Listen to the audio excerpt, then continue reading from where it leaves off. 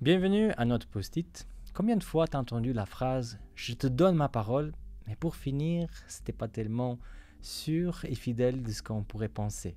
Alors si cela t'est déjà arrivé, il faut vraiment écouter ce post-it jusqu'à la fin. Aujourd'hui, on va lire et réfléchir autour d'un texte qui se trouve dans l'évangile selon Marc, chapitre 13 et le verset 31. Il nous dit comme ça ce texte. « Le ciel et la terre passeront, mais mes paroles ne passeront pas. » La parole n'a plus la valeur qu'elle avait dans le passé. Moi, je pense qu'on peut être tous d'accord avec ça. On dit qu'on fait, on dit qu'on va parler, on assume et tout, mais rapidement, si les circonstances changent, si les personnes changent, si notre cœur change, notre parole change aussi. Et ça fait qu'on n'est plus dans le Moyen-Âge, quand on donnait la parole, oui, on tenait à notre parole. Aujourd'hui, la parole a vraiment aucune valeur.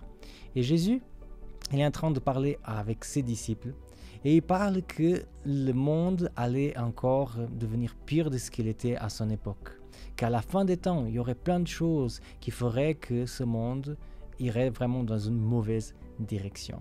Et que toutes ces choses qu'il va parler amèneraient justement à que cette terre et que la vie telle qu'elle la connaît, elle disparaîtrait finalement. Et c'est dans ce contexte que Jésus va dire que le ciel et la terre passeront. Mais c'est très intéressant de voir que même si la terre et le ciel un jour vont disparaître, telle qu'elle en connaît aujourd'hui, alors Jésus dit que sa parole reste, elle est éternelle. Et ça, c'est quand même impressionnant, que les paroles de Jésus ne passent pas. On parle souvent dans nos post-it que Dieu est fidèle et que sa présence est toujours sûre dans notre vie si on l'appelle. Et là, le Seigneur ajoute encore quelque chose. C'est pas seulement sa présence qui est sûre et fidèle dans notre vie, il y a aussi sa parole, que quand il dit quelque chose, s'accomplit. Que quand il promet quelque chose, s'accomplit. Et que même dans l'éternité, ce qu'il a dit continuera à avoir sa valeur.